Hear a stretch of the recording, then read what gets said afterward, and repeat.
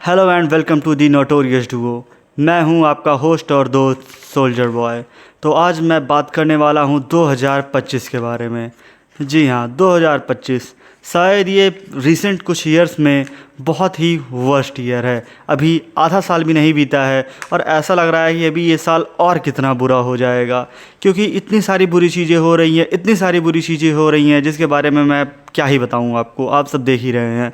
तो मैं बात करने वाला हूं 2025 के फर्स्ट हाफ में, जो कि अभी कंप्लीट भी नहीं हुआ है, उसमें हुई कुछ मेजर घटनाएं। कौन कौन से इंसिडेंट्स ऐसे हुए हैं जो कि बहुत ही ज़्यादा खतरनाक है। तो चलिए शुरू करते हैं।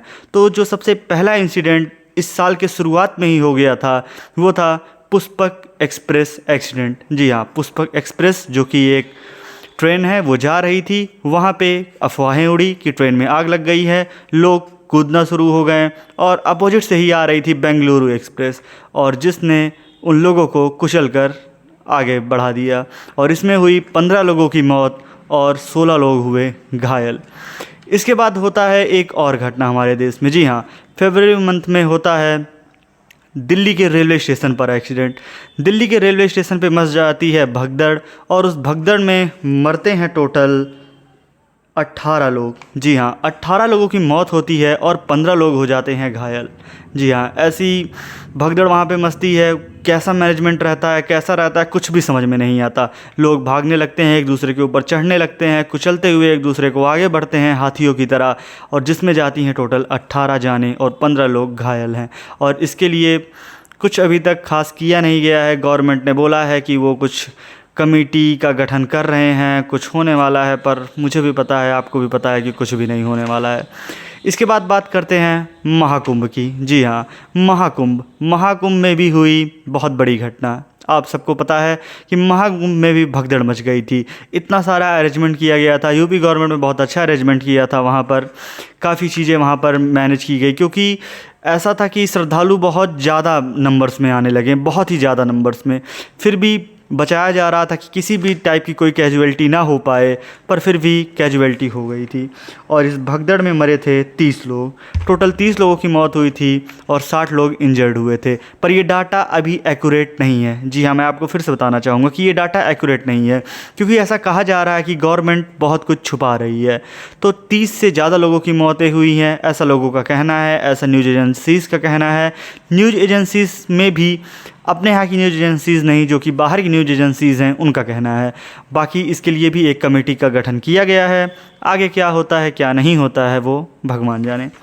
अब इसके आगे बढ़ते हैं तो फिर आपको दिखाई देगा बेंगलुरु स्टैम्पेड। जी हाँ, रॉयल चैलेंजर्स बेंगलोर ने ट्रॉफ़ी जीती और उसके बाद उन्होंने अपना स्टेडियम में शो ऑफ करना शुरू किया, और जिसको देखने के लिए बहुत ही ज़्यादा नंबर्स में फैंस आ गए, और उसका कोई भी मैनेजमेंट आरसीबी ने नहीं किया था। जी हाँ, और जहाँ तक मुझे न्यूज़ मिली है कई सारे सोर्सेज से, तो ये भी पता लग रहा है कि काफ़ी जो ऑफिशियल्स थे वहाँ पे और जो पुलिस वगैरह थी, उन्होंने इन्हें मना भी किया था कि आप हमें थोड़ा टाइम दे दीजिए, थोड़ा टाइम मिल जाएगा तो फिर उसके बाद जाके हम थोड़ा अच्छे से, जब सारी मैनेजमेंट हमारी हो जाएंगी, फिर जाके आप ये करिएगा।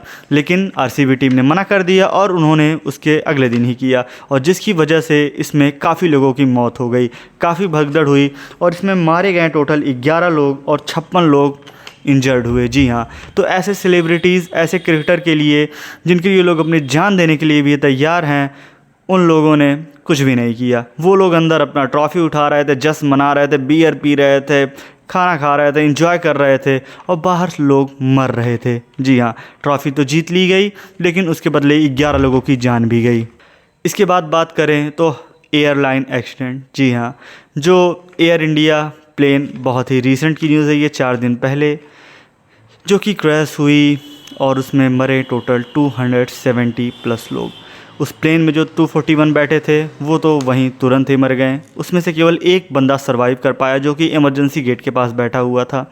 इसके अलावा जहाँ पे वो एक्सीडेंट हुआ, उस हॉस्टल में भी कई सारे लोग मौजूद थे और काफ़ी लोग उसमें से भी मर गए। और अभी जो टॉल आ रहा है करेक्ट, तो वो 270 का दिखा रहा है। आगे अभी कुछ और लोगों भी हो सकते हैं, क्योंकि काफ़ी लोग इंजर्ड हैं, हॉस्पिटल में लड़ रहे हैं ज़िंदगी से। देखते हैं क्या होता है। और एज़ यूजुअल इसकी भी कोई जिम्मेदारी नहीं लेगा, लास्ट में क्या होगा, सबको कुछ पैसे दे दिए जाएंगे। काफ़ी लोग टाटा की तारीफ़ कर रहे हैं कि टाटा ग्रुप ने 1 करोड़ रुपए दिए, 1 करोड़ रुपए दिए, 1 करोड़ रुपए दिए। तो मैं आपको बता देता हूँ कि ये एक एग्रीमेंट होता है जिसके अकॉर्डिंग, जो कि किसी फॉरेन कंट्री में हुआ था, मुझे एग्जैक्टली याद नहीं है, तो वहाँ पे ऐसा साइन किया गया था कि जितनी भी एयर कंपनीज़ है, अगर कोई भी एक्सीडेंट होता है तो उनको, जितने लोग की मौत हुई है उनको 1 करोड़ और 1.5 करोड़ समथिंग उनको मुआवजा देना पड़ेगा। तो वो उसी का पालन कर रहे हैं, तो बहुत ज़्यादा खुश होने की ज़रूरत नहीं है। इसके बाद बात करते हैं, ये तो होके ख़त्म ही हुआ था। फिर उसके बाद आता है पुणे ब्रिज कोलैप्स। जी हाँ, पुणे में एक ब्रिज कोलैप्स होता है जिसमें 4 लोगों की मौत हो जाती है और 50 से 60 लोग घायल हो जाते हैं। 51, जी हाँ, 51 लोग घायल हो जाते हैं।